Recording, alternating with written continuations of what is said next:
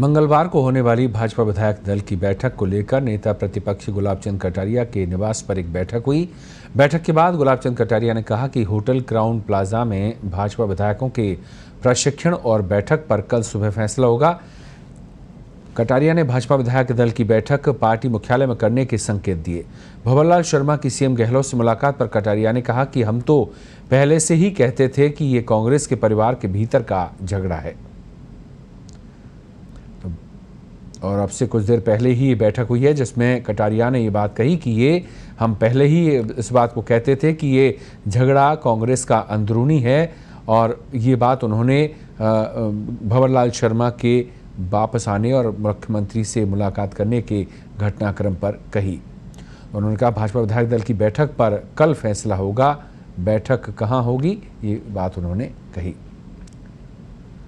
तो भंवरलाल शर्मा की सीएम गहलोत से मुलाकात पर कटारिया ने कहा कि हम तो इस बात को पहले से ही कहा करते थे कि ये मामला, ये झगड़ा जो है वो कांग्रेस के परिवार का अंदरूनी कलह है, और आज वो सच साबित हुई।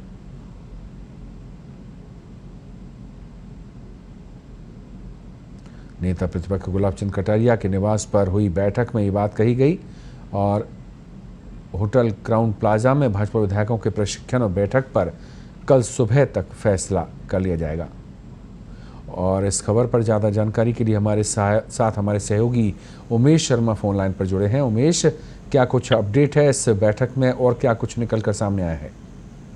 देखिए, जो शाम को बैठक हुई थी, ये जब जो सियासी समीकरण अचानक बदले राजस्थान में, जिस तरह से सचिन पायलट गुट राजी हो गया है, उसके बाद बीजेपी ने भी अपना जो रणनीति थी वो बदल दी है। बाड़ाबंदी लगभग निरस्त सी मानी जा रही है, और जो विधायक दल की बैठक कल होनी थी वो कल की बजाय परसों होने की संभावना जताई जा रही है। और जहां तक बात है तो बीजेपी की आज मीटिंग है, उसमें साफ तौर पर सभी नेताओं ने यही बात कही है कि हम अभी तक यही बात कर रहे थे कि भाई ये कांग्रेस की अपनी लड़ाई है, भाजपा को जबरदस्ती घसीटा जा रहा था, और आज ये बिल्कुल साफ हो गया है कि कांग्रेस की अंदरूनी लड़ाई थी।